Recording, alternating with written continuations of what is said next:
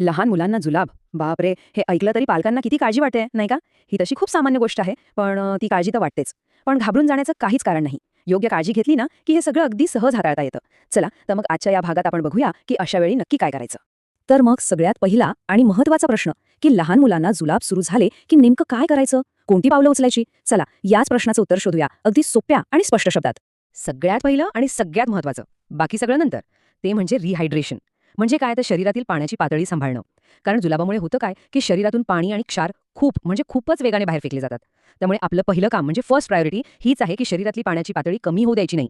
आणि यासाठी सगळ्यात बेस्ट उपाय कोणता असेल, तर तो आहे ORS म्हणजे ओरल रिहायड्रेशन सोल्युशन.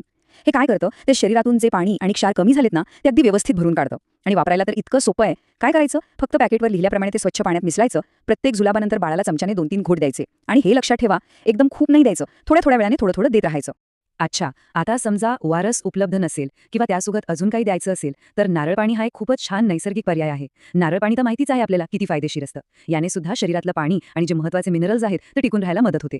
बरं, आता पाण्याची पातळी तर आपण सांभाळली. आता पुढचा टप्पा येतो खाण्याचा. कारण बाळाला ऊर्जा पण हवी. पण अशा वेळी काहीही जड देऊन चालणार नाही. आपल्याला असे पदार्थ द्यायचे आहेत जे पोटाला आराम देतील आणि पचायला एकदम हलके असतील. मग कोणते आहेत असे पदार्थ? चला बघूया. सगळ्यात पहिलं नाव येतं ते म्हणजे आपल्या तांदळाच्या पेजेचं किंवा अगदी मऊ शिजवलेल्या भाताचं. हा तर एकदम उत्तम पर्याय आहे. पोटाला काही त्रास नाही, पचायला अगदी सोपं आणि सगळ्यात महत्त्वाचं म्हणजे शरीराला जी ऊर्जा हवी असते ती यातून मिळते. दुसरा पदार्थ आहे केळं.